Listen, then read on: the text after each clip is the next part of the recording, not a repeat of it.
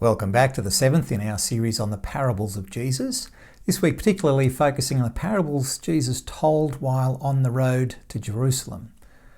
Though the parables seem initially to be addressed to random questioners from the crowd, when collected together as they are in Luke chapters 10 through 19, they serve as a kind of training school for disciples. Jesus' parables in this sense serve as spiritual formation for those who commit themselves to following him. So further along the road to Jerusalem in Luke 12, Jesus meets a man who seeks a certain kind of justice. So in verse 13 we read, "Someone in the crowd said to him, 'Teacher, tell my brother to divide the inheritance with me.'" Now the man who's called out sounds like a younger brother who feels he's being cheated out of something that could be his.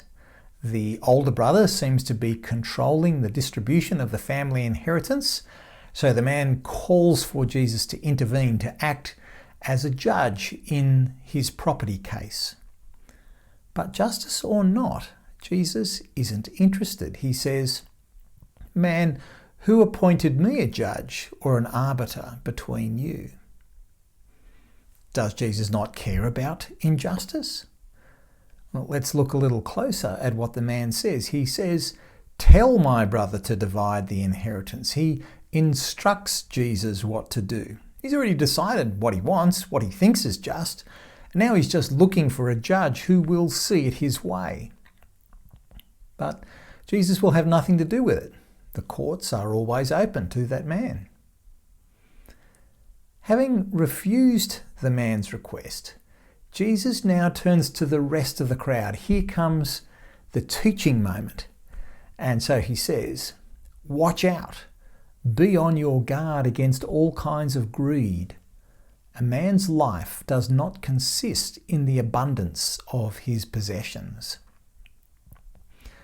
Is the desire for justice wrong? Not at all. But Jesus sees that the motivation here is actually greed. The ugly, green-eyed monster, the self-driven desire to have more and more still. That's why Jesus warns his disciples by telling them the parable of the rich fool. But notice first, in the introduction to his parable, Jesus warns not just against greed, but against all kinds of greed. Now, we know greed takes all sorts of forms, and it's pretty easily hidden. It's easily rationalised and justified, especially in the places where I live. I mean, how much is enough? How much is too much? What seems reasonable in Sydney, Australia, seems outrageously extravagant in Nairobi, Kenya. There are 1,000 different ways to justify almost anything. But when our motives are laid bare before God, are we just plain greedy? The temptation to greed requires vigilance. Hence Jesus' warning, watch out, be on your guard, beware, because greed is the kind of sin that buries itself so deep in our psyche that we can become completely captive to it and yet be completely unaware of it, all at the same time. So let's be on our guard. So there it is, the first half of verse 12, a warning, while the second half of the verse supplies the reason. A person's life does not consist in the abundance of their possessions. I think we'd all agree that the value of our life is not the sum of all the things we own, but there's something else going on in the hidden places of our minds. Although we agree with Jesus, we are trained by our society, our advertising, our media, and our own inner thoughts to want more, to strive for more, to expect more, to want the best. This is a first world problem of the most serious kind. Greed is embedded in our lives, which robs us of true riches. So Jesus' preface to his parable raises all of the issues for us. Now comes the parable. And he told them this parable, "The ground of a certain rich man yielded an abundant harvest. He thought to himself, 'What shall I do? I've no place to store my crops. Then he said, "This is what I'll do. I will tear down my barns and build bigger ones. And there I will store my surplus grain. And I'll say to myself, you have plenty of grain laid up for many years. Take life easy. Eat, drink, and be merry." But God said to him, "You fool, this very night your life will be demanded from you. Then who will get what you have prepared for yourself? This is how it will be with whoever stores up things for themselves but is not rich toward God." The initial problem with the rich fool was that he really did think that his life consisted of whatever he owned. But underlying this was an even worse problem. He had ownership all wrong. Everything in his story centered on him. Listen to what he actually says. "What shall I do? I have no place to store my crops. This is what I will do. I will tear down my barns and build bigger ones. And there I will store all my grain and my goods. And I will say to myself, you have plenty of good things laid up for many years. Take life easy, eat, drink, and be merry." Now, where was God in this conversation? He was assumed to be absent, not even considered. Without God, there is no stewardship or accountability. Instead, we see that this man's deepest passion was himself. For him, all that mattered in life was I, my, and mine. His first thought in the morning and his last thought at night was himself, or perhaps it was his barns or his crops or his possessions, such that they actually owned the man instead of vice versa.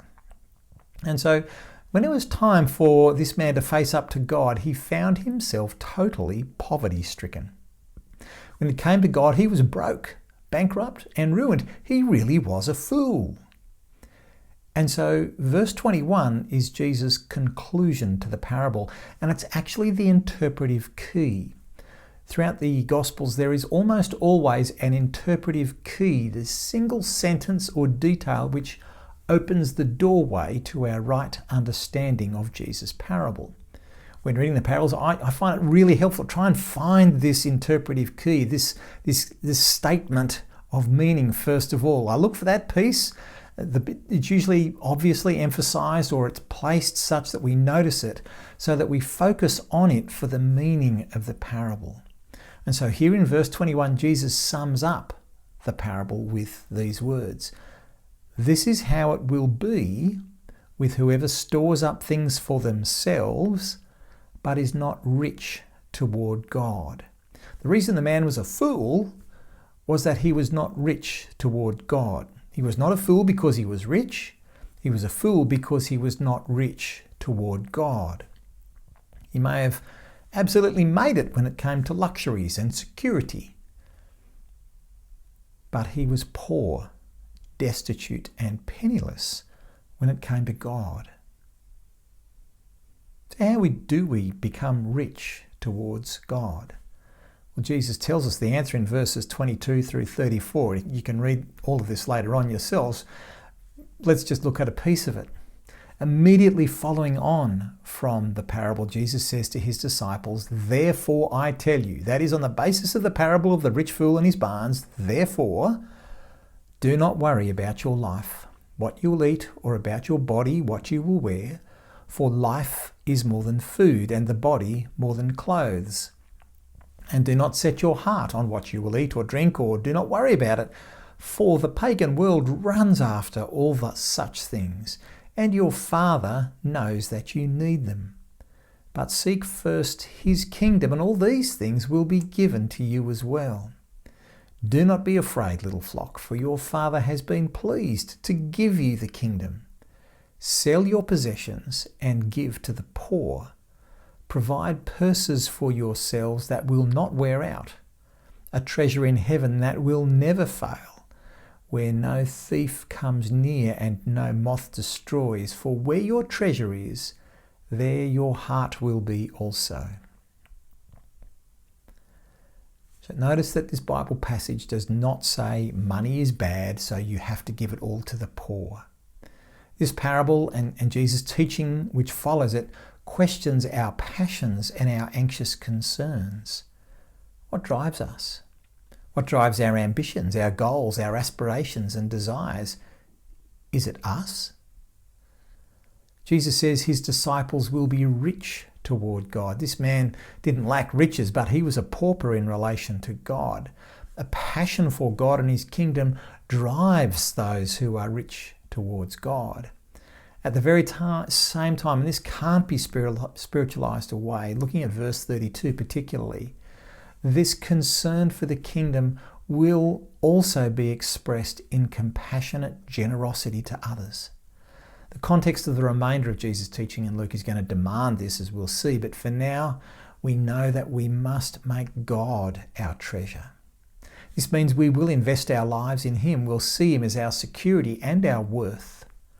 When it comes to greed, we can fool just about everybody, but not God.